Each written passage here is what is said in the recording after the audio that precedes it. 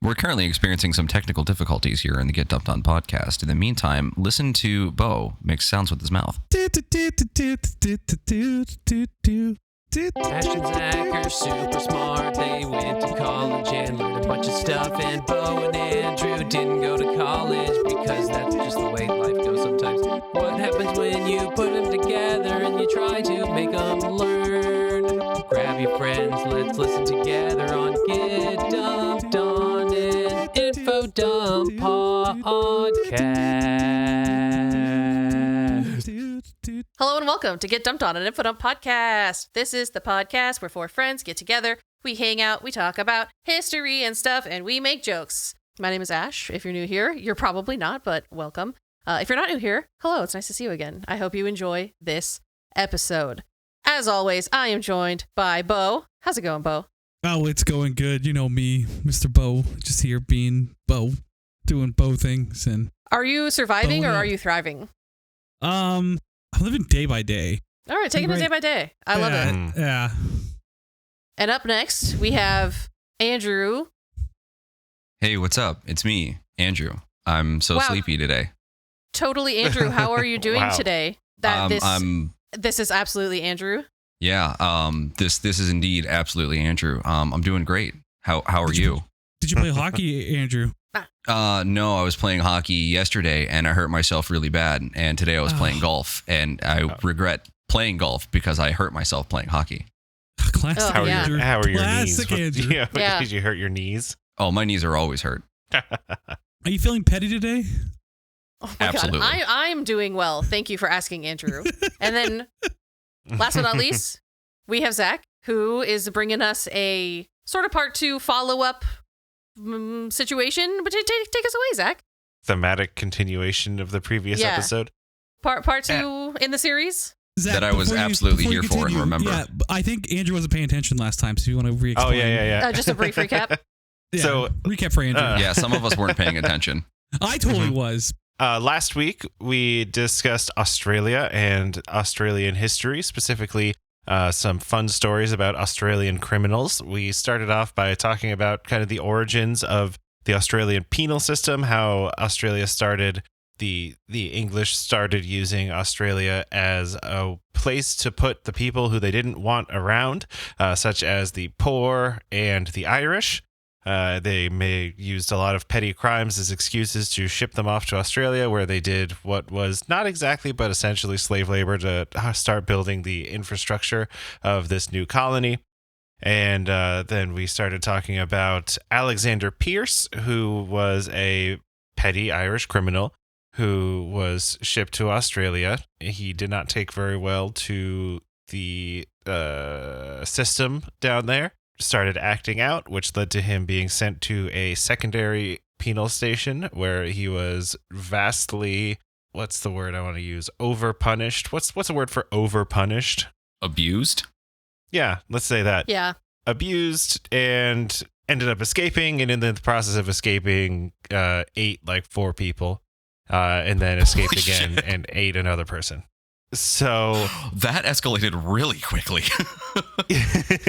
Yeah, they were trying to survive out there, and they were like, you know what, we got to survive. And they just really ran with that. At least this guy did. It's a really rough environment, and they didn't have any food.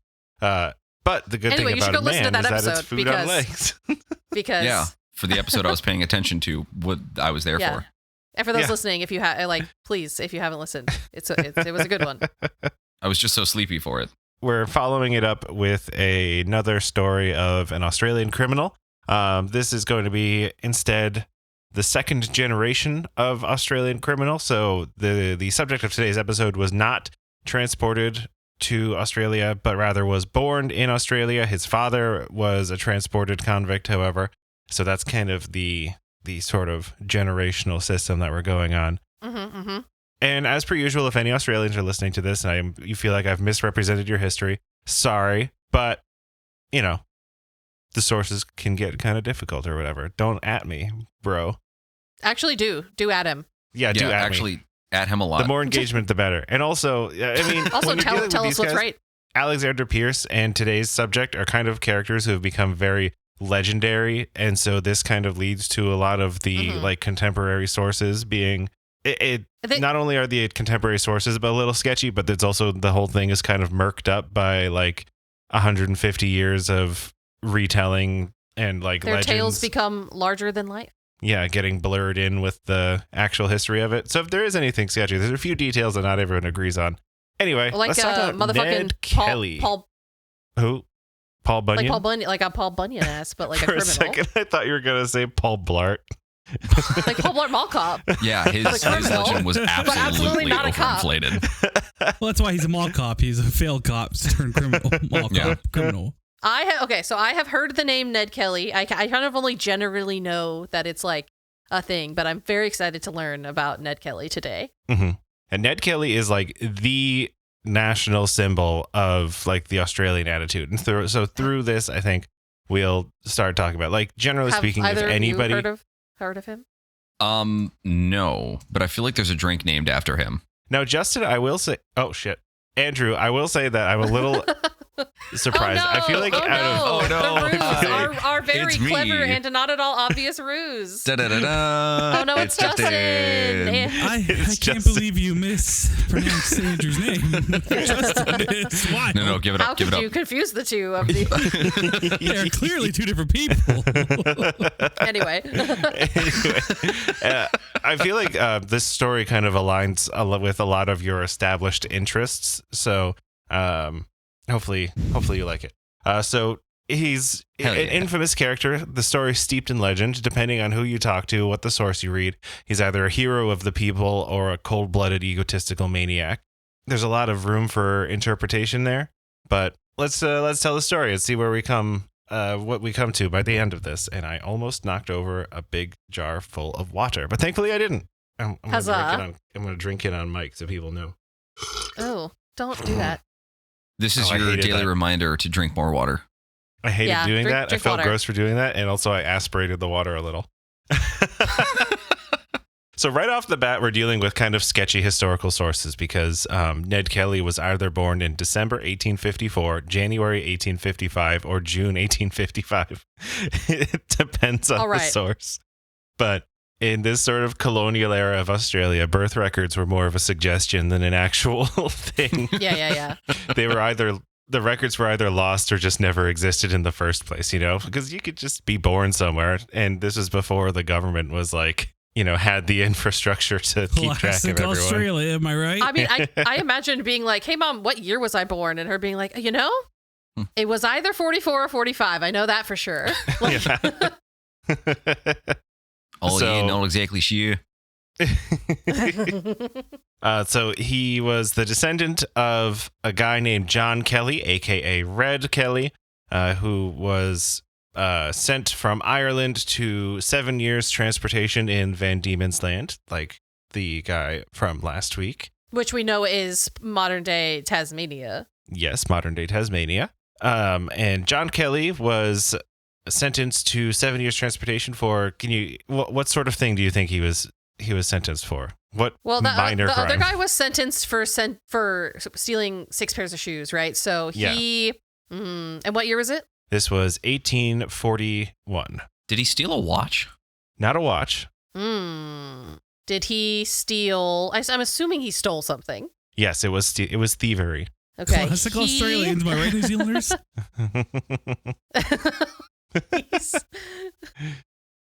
That's a good joke, Bo. Thank you.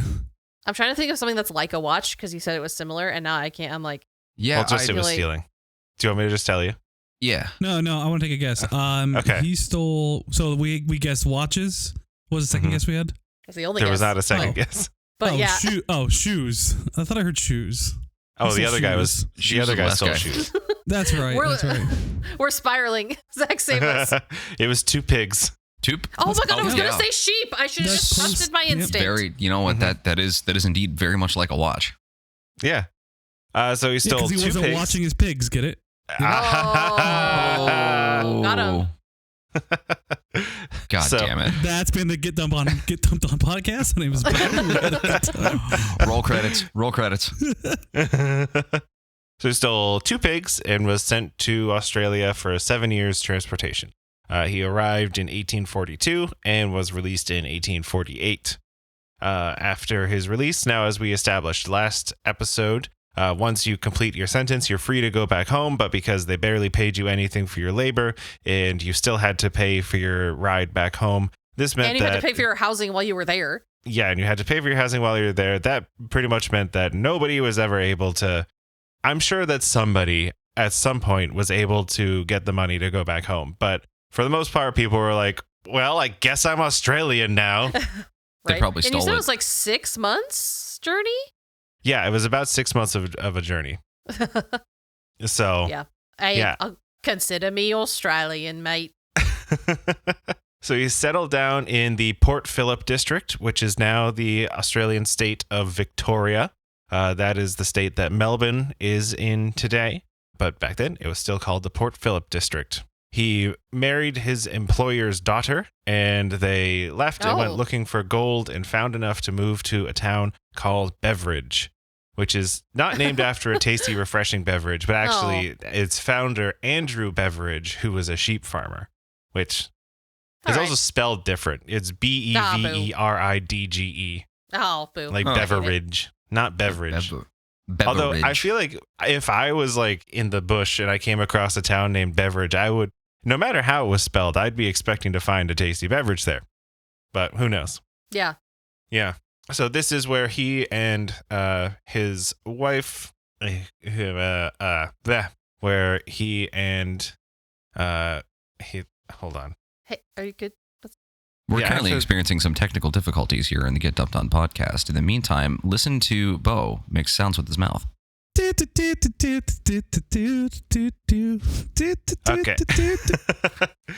Thank you for holding. Andrew, edit this out. No. This has been Bo's Waiting Music. Next up, Zach continues the story of Ned Kelly. So Red and Ellen settled down in Beveridge, and this is where they had 8 kids, the third of which was Edward, a.k.a. Ned. So he was the third kid and the oldest boy. And he had an eventful youth.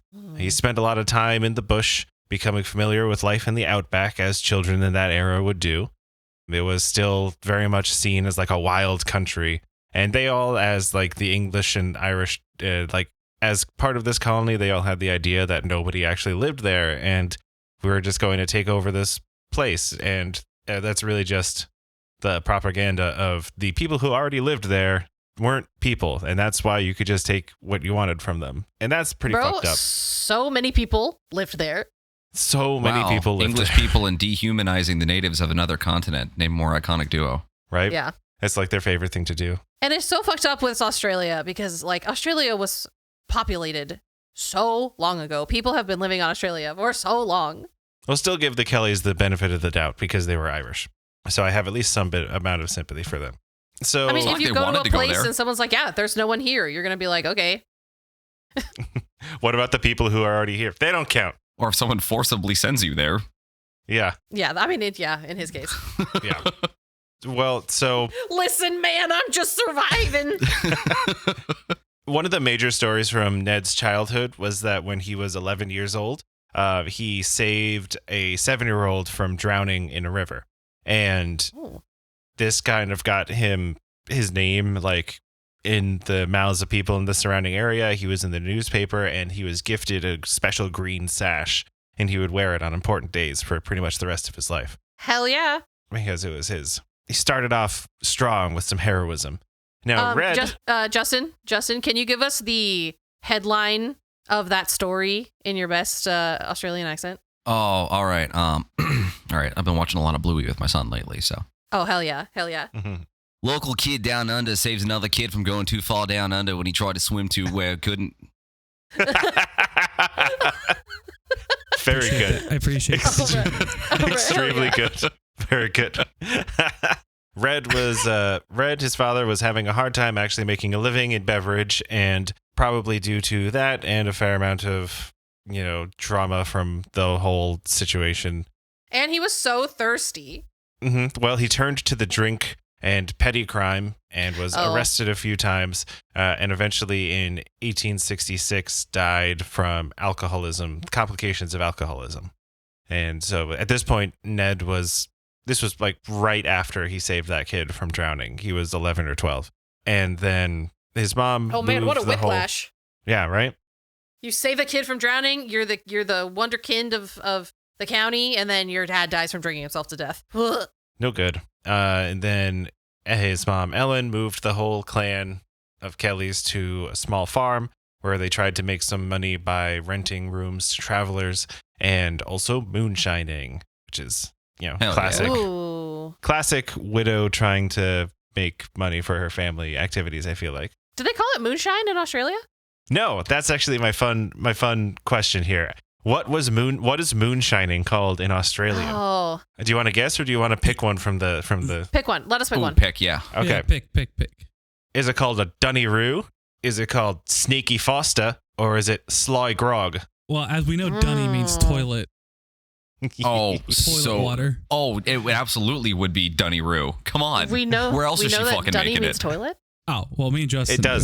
It does mean toilet. You're correct. Oh, okay. Yeah, I was paying attention last episode, There's a didn't whole you know? episode of Bluey about it. Is there?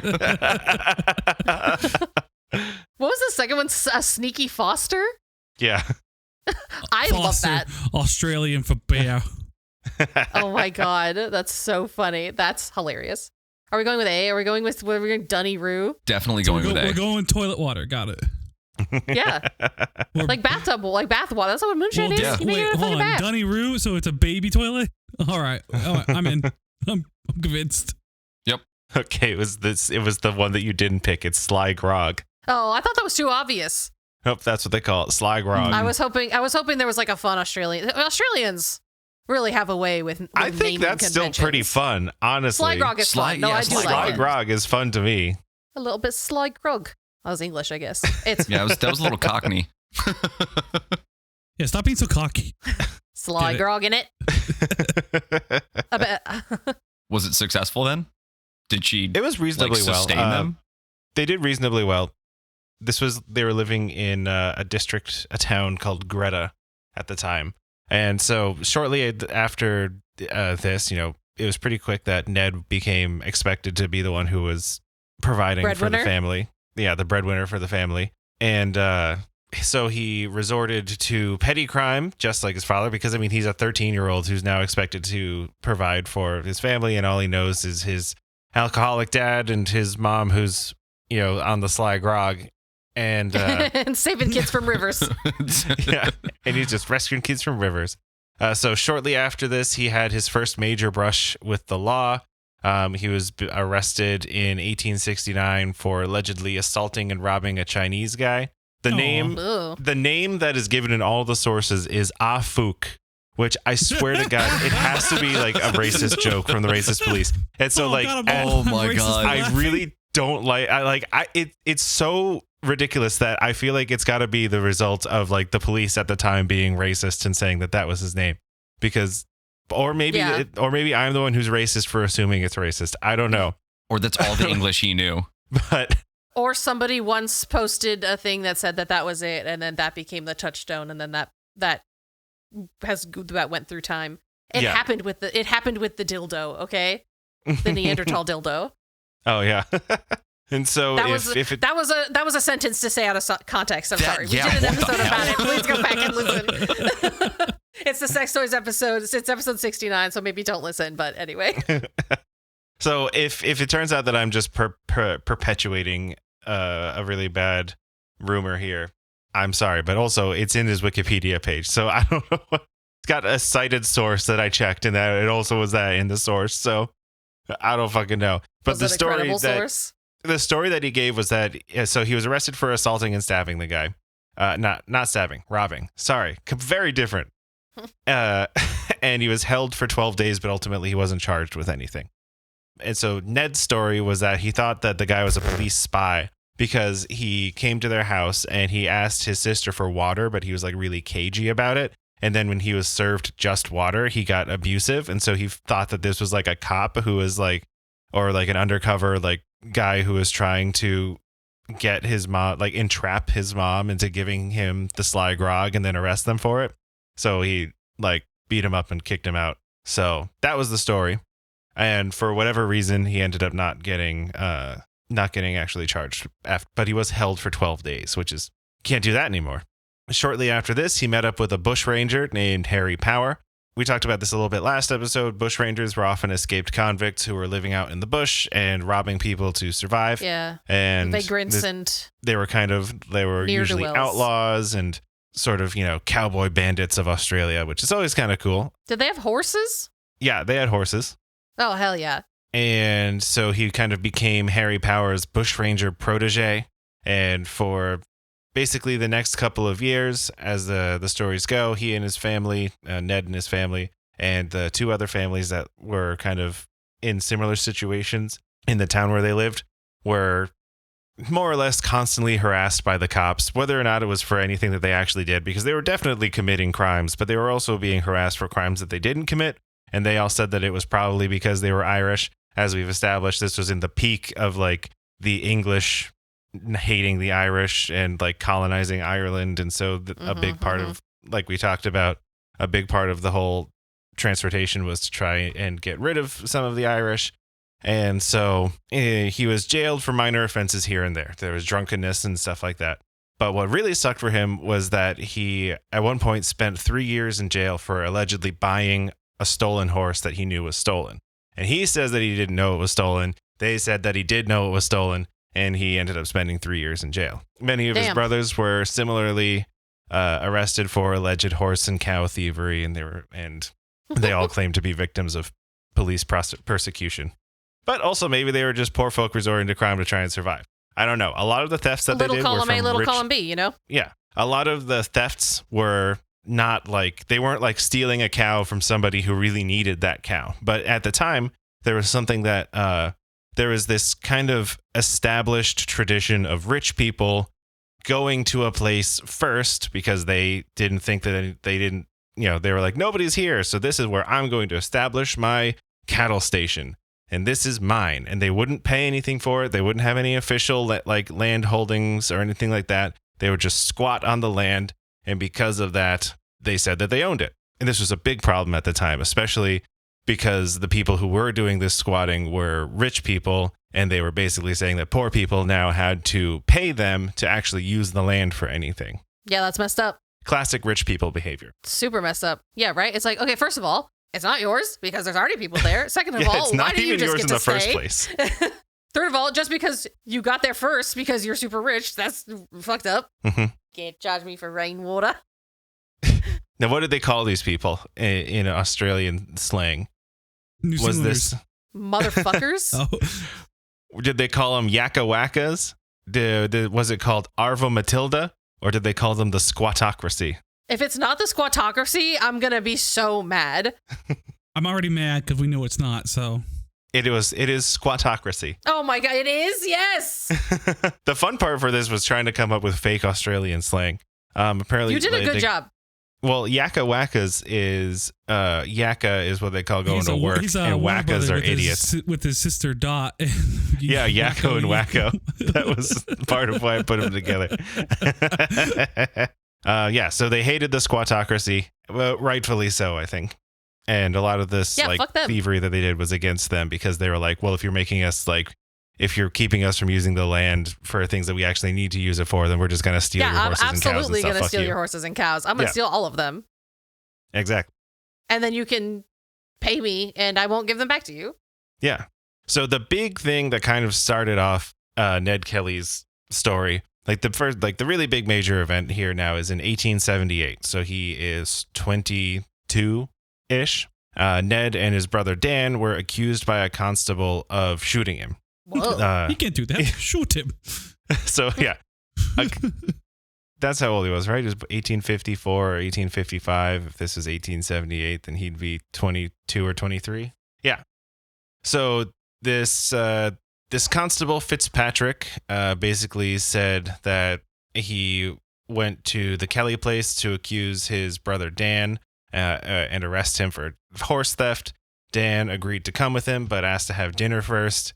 He was like, yeah, I'll go with you, but it's almost dinner time. Can I have some dinner? And while he was eating, Ned rushed. It's super valid. Yes. Yeah. And so while he was eating dinner, then Fitzpatrick claims that Ned rushed through the door and shot him and then his mom, Ellen, smacked him with a shovel. And then he lost consciousness and was told a cover story. When he woke up, he told him a cover story. It was like, you got to say that this happened. And that if he told what actually happened, they'd kill him. And then he barely escaped with his life. Okay. And then Ned says that he wasn't even there. And Classic that Dan man can't keep his story straight. and that Dan, his brother Dan, threatened him, but released him unharmed. And then Fitzpatrick self-inflicted his injuries to further harass the Kellys. Okay. And then there was another rumor was that Fitzpatrick made advances towards his sister Kate, who was 14, and then Ned and Dan fucked him up because of that, because that's messed up. But later Ned said, no, that is a foolish story. If he or any other policeman tried to take liberties with my sister, Victoria would not hold him, saying that this guy would not have been able to talk about it. He would absolutely be in the ground taking a dirt nap. That's pretty hardcore. Yeah. All right, yeah. Okay. And then, so obviously the cops took the cops' side. And so they... No. Yeah. And so they believed Fitzpatrick's story that Ned shot him and his mom hit him with a shovel and this whole situation. And so Ned and Dan were facing 15 years in jail. So instead they decided to book it into the nearby mountains, which are called the Wombat Ranges, which is great. Oh, that's great. Along with two of their friends, Steve Hart and Joe Byrne, who were also part of this sort of like little persecuted community. Two other people who were involved in the story and Ellen, his mom, were arrested while they were gone and ended up being charged with hard labor. Ellen got 3 years, which is fucked up because at the time she had a newborn. And this is kind of a major factor in the public having support for Ned later on, because everyone pretty much agreed it was fucked up that the cops made her do hard labor with a newborn. Yeah. And so they're hiding in the mountain ranges, and 4 cops go out searching for them. Ned notices them, and they don't notice him, but so he sees that they're in pursuit. So when the cops set up camp at a place called Stringy Bark Creek. Honestly, all of the place names are incredible in this story. I love Australian names for stuff, man. So Ned waited for 2 of them to go on patrol, and then the gang surprised the other 2 at camp. One of them drew a revolver, so Kelly shot him, and then the other one surrendered. And then when the other 2 came back, they were pissed, and a firefight ensued, and Ned's gang killed them too in self-defense. Then the guy who had originally surrendered escaped in the kind of chaos and reported what happened, and then shortly after, the government of Victoria issued a proclamation declaring them outlaws, which essentially which is essentially unpersoning them. Means that they're no longer under protection of the law. That's what being an outlaw means. And so it was totally cool for anybody to kill them or do whatever they wanted to them. In case you ever wondered what officially it means to be an outlaw, it doesn't mean that you're breaking the law. It means that you literally are not under protection of any laws. Okay, cool. Yeah. They're libertarians. So that's fun. So basically it means that anybody for any reason could now shoot them and get away with it, for example. So this begins the period, the era of the Kelly gang. Is there like a bounty on them? Yeah, so they had a 500-pound bounty on each of their heads. I have no idea what that is worth today. They became the Kelly gang in title caps and were more or less forced to fully invest in now we are bushrangers. Now, this is the part of the story where the movies usually go to montage, as the Kelly gang now spends the next 2 years drumming up public support against the police and the squadocracy. Robbing a good montage. Mm-hmm. They robbed 2 banks very efficiently. They were respectful, and they took hostages, but they were, according to the hostages, respectful and nonviolent to the civilian hostages. At one point during one of the bank robberies, they were like killing time and started doing trick riding to keep them all entertained. Oh my gosh. And they would like use the money that they stole to buy drinks for everyone. This ain't about you. Sorry to inconvenience you. We just need to get this money and we're going to be right out of your hair. Now, it's funny because they probably had Irish accents because because their parents all had Irish accents, but it's fine. Okay, hold on. No, I can't. I don't think I can do an Irish accent. No, try it. Do it. You have to do it now. Okay, what's my touchstone phrase for an Irish accent? My favorite number is 33. Nope, I can't do it. I don't. Well, back to the story. The Kelly gang spent. They were able to rely on an increasingly large network of public supporters to evade capture by the police during this time. Ned left behind letters at each of the bank robberies, and because of these, we kind of know what his motivations were, because they were very long and self-aggrandizing. And this is kind of where the idea of him as an egomaniac comes from, because at one of the bank robberies, he left behind a 38-page, 40 pages if you count the blank ones, manifesto. I read a transcript of one of them, and yeah, it's just like, this page is blank. And so he's rallying against the corrupt and violent police, the squatocracy, the banks. How big are these pages? Is it like 39 notebook pages? Are we talking like small, talking big? college rule, double space? What are we talking about? Yeah, like, do you know? What's the origin?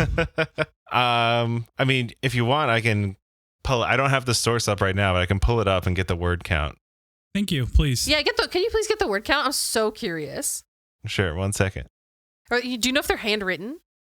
It was handwritten. Oh, I love just ramblings of a madman. I'm the best and everyone is against me and they're just trying to bring me down and this is why I'm better than you and this is why they're bad. And also, fuck the squatocracy. Yeah. God, it tickles me that that's what they called it. It's handwritten, and it is like, I'm really glad that somebody transcribed it, because to me, it is completely illegible. Here's like a picture of one page of it. Oh, wow. Oh, I love there are places in here where he like crossed it out because he like said the wrong thing or he spelled it wrong. I love that. Oh, there's some good parentheses and a little bit of like he added a word up here. I love handwritten notes. This is probably not entirely, because there's a few annotations that have made it into the transcript, but it's 7,284 words. Wow. Which is longer than my notes for this episode and the last episode. This is the Jerilderie letter, which was when he robbed the bank in Jerilderie, New South Wales. Wow. And I'll read a little bit of it, because there's one, the end of it is really good. I would advise all those who joined the stock protection, which is like the official name for the squatocracy, to withdraw their money and give it to the poor of Greta, where I have spent and will again spend many happy days fearless, free, and bold.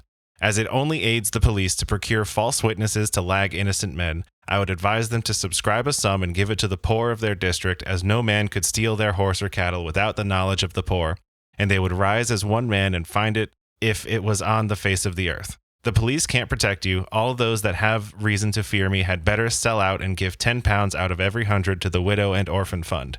And do not attempt to reside in Victoria, but as short a time as possible after reading this notice. Neglect this and abide by the consequence, which shall be worse than rust in wheat in Victoria, or the drought of a dry season to the grasshoppers in New South Wales. I do not wish to give the order full force without giving timely warning, but I am a widow's son, outlawed, and my orders must be obeyed. Dang. Okay. Yeah, it's pretty good, right? It really seems like he just needed an editor. Yeah, because that it proceeds is like him giving his version of what happened with Fitzpatrick. It was like him, talking about just his version of the various events that led to his life as an outlaw, his motivation, calls to action, a little bit of self-aggrandizing, ego tripping here and there. And another one, another like quote that's kind of attributed to him at this time is that the bloody banks are crushing the life's blood out of the poor struggling man. And this whole thing, the letter and the bank robberies, really endears himself to the public. And another big thing that he did that really got him public support was that he took deeds and mortgages from the bank and burned them, essentially freeing people from their debts. I would do that now if I could. Yes. So that's pretty great. And then they used the money from the banks to buy their supplies and then distributed the remainder of it to the families and sympathizers. So that's fun. Yeah. By 1880, now after these 2 years, the reward for the gang's capture was £8,000, 2,000 for each of them. So 4 times whatever you said it was before. Holy moly. Which was the most ever for a bushranger gang at the time. And the police, that's a lot of money. That's a pretty penny. That's a lot of money. And so the police had been resorting to pretty shitty tactics to try and reduce public support for them, doing stuff like preventing people who were arbitrarily decided to be related to them from buying land. Like, Ned Kelly looked at you once. You're not allowed to buy this land. But that just ended up making people even more mad. I think that's going to backfire. Yeah, I think that's going to backfire. And they just got more support. They were able to get to an old friend of Dan's, though, and he was basically become a police informant, an old friend of Dan's. His mother found out and denounced him, and that's how Dan found out. And so Dan and Joe Byrne paid him a visit, and when he opened the door, they shot him. And this is like, I would say probably the only like cold-blooded murder that they did the whole time. But also you can kind of understand the motivation for it. Mm. The other thing that happened during this event, though, is that because he was a police informant, there were cops in the house, and this led to like a minor standoff with the cops that they managed to escape from, and kind of directly folds into the next major event. So it seems like at this point, Ned had gotten the idea in his head to start up like a Victorian People's Revolution, and the gang decided to start it by enacting a plan where they would derail a police train, kill all of the survivors, ride to the nearby town of Benalla, where they'd then burn down the courthouse, blow up the police station, and let loose everyone in the jail. Classic beginning of a People's Revolution activities, I think. I'd say so, yeah. Yeah. Basically, immediately after Dan and Joe shot Dan's old friend, they met up in Glenrowan, which is a town not actually that far from where they started in Greta. This is where the train would go into. And so they set up the derailment and took over the station. They took 62 people hostages, some of whom were sympathizers while they were waiting for the train. And they kept everyone occupied by buying rounds of drinks and organizing dances and such like that. Can you imagine being like, okay, you're in a place, like, you know what's going on, and then you're like, oh my God, it's happening. It's happening. Yeah. I can't wait to tell my dad. You know? Yeah. Two problems here. There are two complications to this plan. So first is that the cops in the cabin where Dan and Joe shot the guy, they kind of caught wise to the fact that they were in the area and delayed the police train. I don't think they knew that it was part of the plan, but they were like, wait up for us, which delayed the train. And then at Glenrowan, from the station, they let a school teacher and his wife go because they thought that they were sympathizers, and it was like, oh, it's a school teacher, we can let him go, but nobody else. And then this guy ended up catching up with the train because they'd been bragging about the plan, so they knew what the plan was.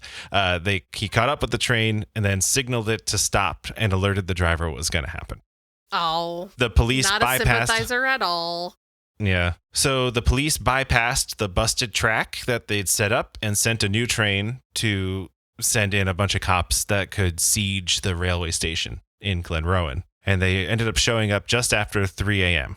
The Kelly gang saw them, kind of realized this meant that their plan was fucked, and started shooting. The police returned 0 to fire. 100 there. Pretty much 0 to 100, but I feel like at 3 a.m., and they're all a little tipsy from buying drinks for everyone all night. Yeah. And doing a little bit of drinking themselves. They just started going for it. And the police returned fire. And then this is when their secret weapon was revealed. And you're going to love this. It was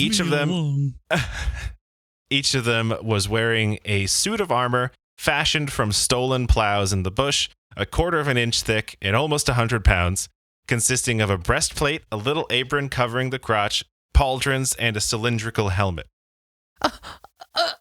Yeah. Hell yeah, dude. They made one fatal flaw. They left their legs uncovered. The idea was that they were going to be standing. The idea was that they were going to be standing on an embankment over the derailed train, and so they wouldn't need leg protection because of the angle. And they wanted to be able to run. Yeah, that makes sense. Their armor was absolutely repelling bullets. None of the armor ended up getting penetrated by bullets. Ned's alone was hit at least 18 times. Judging by the amount of dents that were on it afterwards. Oh my God.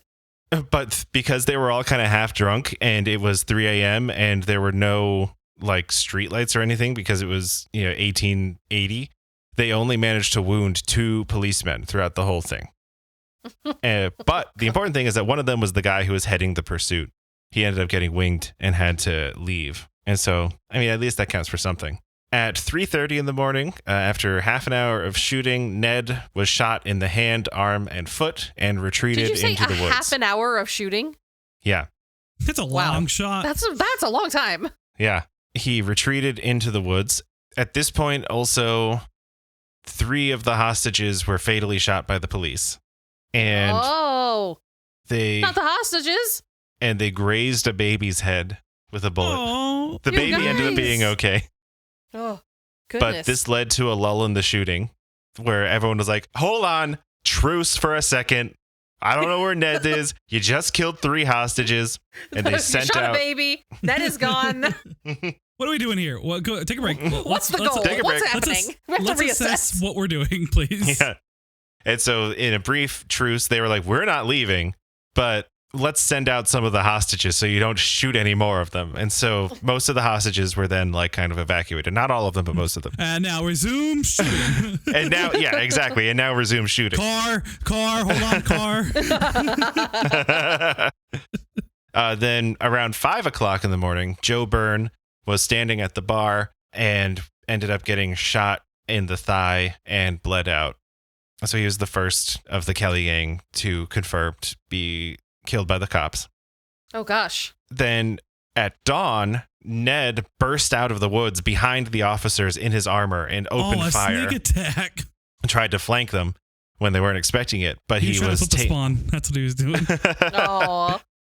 But 2 guys shot him in the legs with shotguns. Oh. He was arrested, and his injuries were he was arrested and immediately brought to a doctor because they were like, we want this guy to stand trial. We don't want him to just bleed out from the legs right here. And when they were like stabilizing him, they found 28 wounds, and he'd probably had multiple concussions, or at least a really bad concussion. I don't know how the concussions work, but he had been shot in the helmet 5 times.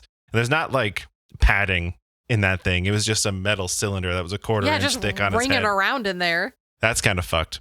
But they also noted that he was wearing the green sash that he had gotten for saving the kid from drowning. Mm.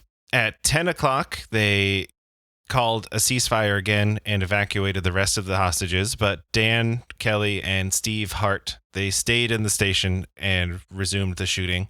And they just kind of kept saying, I'm not going out. And the cops saying, come out. And they just continued the siege until the afternoon, where shooting had eventually stopped. What was the goal of this again? I've forgotten. To win. To get to arrest them. And they were just like, we're not leaving. Okay, So- all right, yeah. By the afternoon, they stopped shooting, and the cops decided to burn them out. And around 3 p.m., the station was set on fire. Oh, my. And then Okay. What a real firefight. Am I right? yeah, Yeah.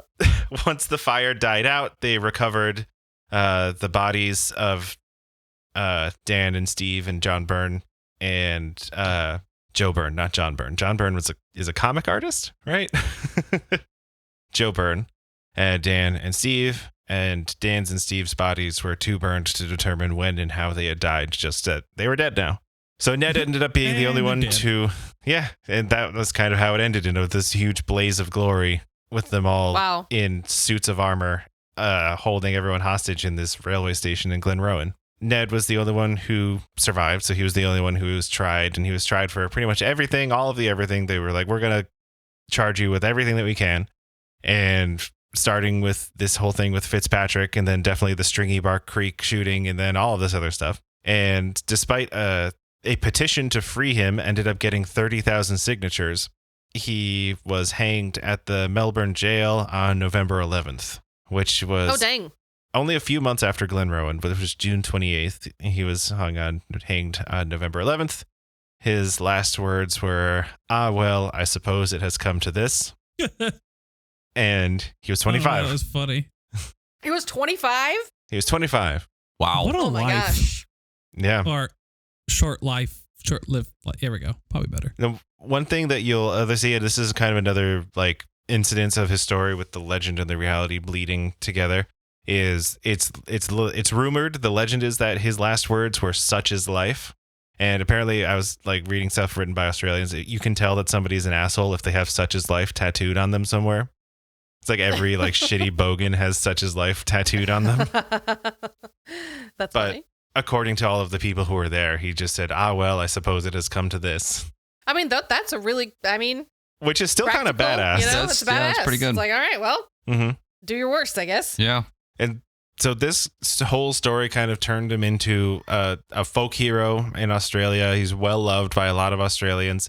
But this, shortly after this, there was this, big time in Australian history where they were trying to really, there were more and more people who were, alive, were natural born Australians rather than transported convicts, because that ended pretty shortly, before this. What year did the transportation end? I have it in my notes here. Then why are you asking us if you have that answer? Yeah. I'm just vocalizing my thoughts, Oh. Transportation ended in 1868. So transportation had pretty much just ended by the time, 12 years before this. You're getting to the point shortly after where you're going to have more like citizens of the country who are actually born there. They're kind of starting to have this whole, what is our national identity? And a lot of people latched onto this. A lot of people latched onto this kind of hard luck guy, was persecuted by the cops and made the most of his situation and went out in a blaze of glory. And this was seen as a very appealing story. And I mean, because it kicks ass. It's a rad story. And his community. He had kind of this Robin Hood aspect, which made him really popular. And yeah, and it's also recent enough that a lot of people, even today, can be like, yeah, my grandfather says that my granddad knew the Kellys growing up. And like, he said that they were all assholes or something like that.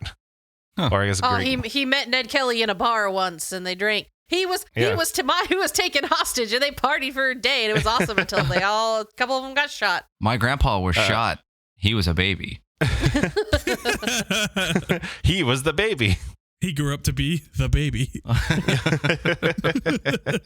And yeah, so They made it into a bunch of different movies. One of them was with Mick Jagger played Ned Kelly, which I saw and it was bad. And in another one, Heath Ledger played Ned Kelly, and it was a little bit better. I saw that. It was bad. You can see Ned Kelly stuff all over Australia. His armor is on display at the State Library of Victoria in Melbourne, which I wasn't able to see when I was in Australia. But I did go to the Old Melbourne Jail, which is where he was hanged, and they have a replica of the armor that you can try on. And I have a picture of myself wearing the replica of the armor. Ooh, can you post the photos? Which is fun, too. Yeah. We await the photo with bated breath. Yeah. That's excellent. You're doing finger guns? Hell yeah, dude. Look at your eyes. Yeah, all you can see are the eyes. That's a man who outlaws. Yeah, you look great. In your all the brown depictions, shirt and your brown pants and your brown armor. Which is really, yeah, to all the viewers out there, there's nothing but brown. A little bit of khaki. In all the pictures, he's wearing like a duster coat over the armor, and it looks fucking badass, man. This picture you just sent is great because it's one of those depictions where he's shown as like this larger than life behemoth kind of coming out of the smoke of the gunfire to get the drop on all these cops that are. Yeah, he's like literally huge. He's a gigantic barrel chest. And that Dr. Livesey meme. You know, like the big fucking barrel chested dude. Like that's him in that photo. Yep. This is the picture of the actual armor in the library in Victoria, and you can see that has all a the lot dents. of dents in it. And so, like, weighing over 100 pounds, like this armor was like heavier than like the armor that knights wore back in the Middle Ages, which usually peaked at like 65 pounds. And those were designed to kind of help distribute the weight. This looks like it's all sitting across the shoulders. Yeah, and I can even speak to and tied to modern, your waist. Modern. Bullet resistant armor does kind of the same thing, but when you get hit, it fucking hurts. Yeah, I bet. There's a very large, I would say maybe half-inch dent on the right lower abdomen, like right around where the stomach is at. You can see that very clearly, and that thing, he was very aware of it. Oh, yeah. Yeah, right? I mean, look at the one right under the eye slit. Like that, could have hurt. Bad style, man. And the sound that it made is probably so loud. Mm-hmm. Yeah. But, this was, medieval armor was forged by people who made lots of money to make it in professional forges. And they had, 6 months to make a suit of armor. Whereas they made this like in a week with stolen plows together, in a forge in the middle of the bush. And they probably didn't really know what they were doing. Apparently they did because it worked. Yeah. I mean, true. It just wasn't very except for aesthetic. The legs. Hey, function versus form. One of the things that they say at the museum is that a suit of armor probably costs about as much, like the equivalent of a sports car today. Just kind of You're talking like medieval armor. Yeah.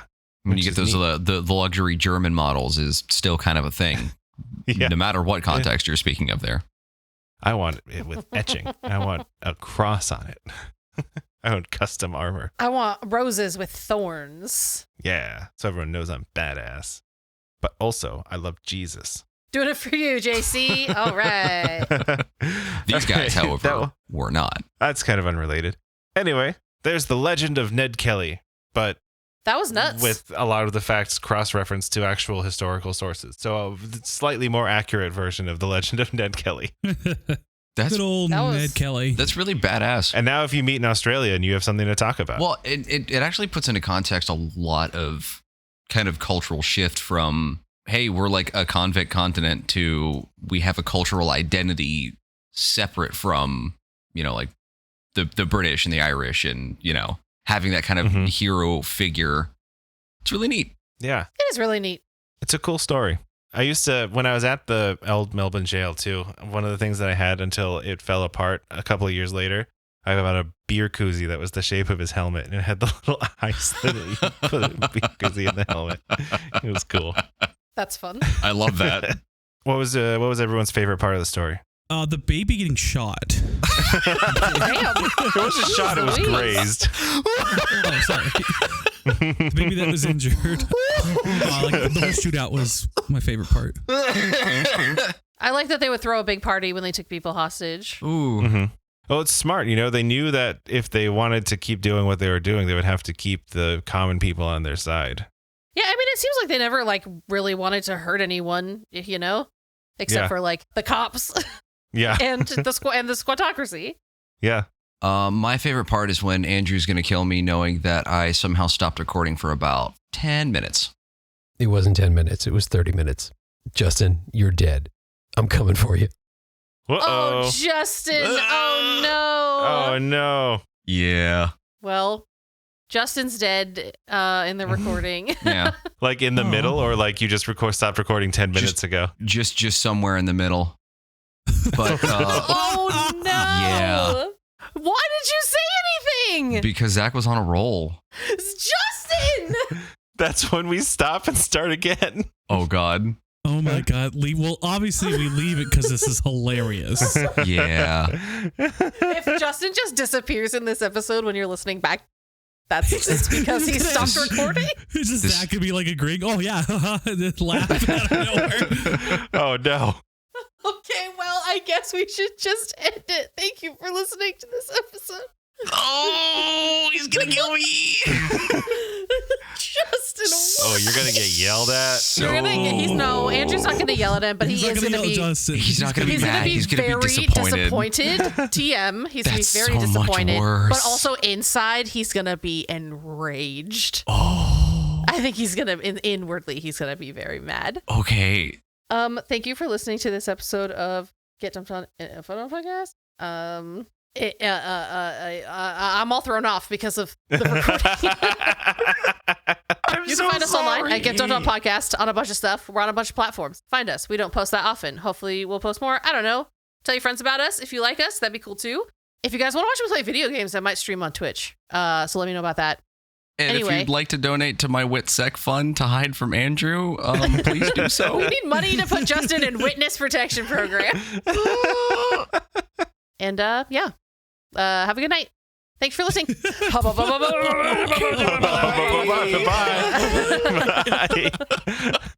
Ash and Zach are super smart. They went to college and learned a bunch of stuff. And Bo and Andrew didn't go to college because that's just the way life goes sometimes. What happens when you put them together and you try to make them learn? Grab your friends, let's listen together on Get Dumped on an Info Dump Podcast. I was going to try to say something about breaking the law, but I couldn't come up with it, and I'm just so afraid of what Andrew's going to say.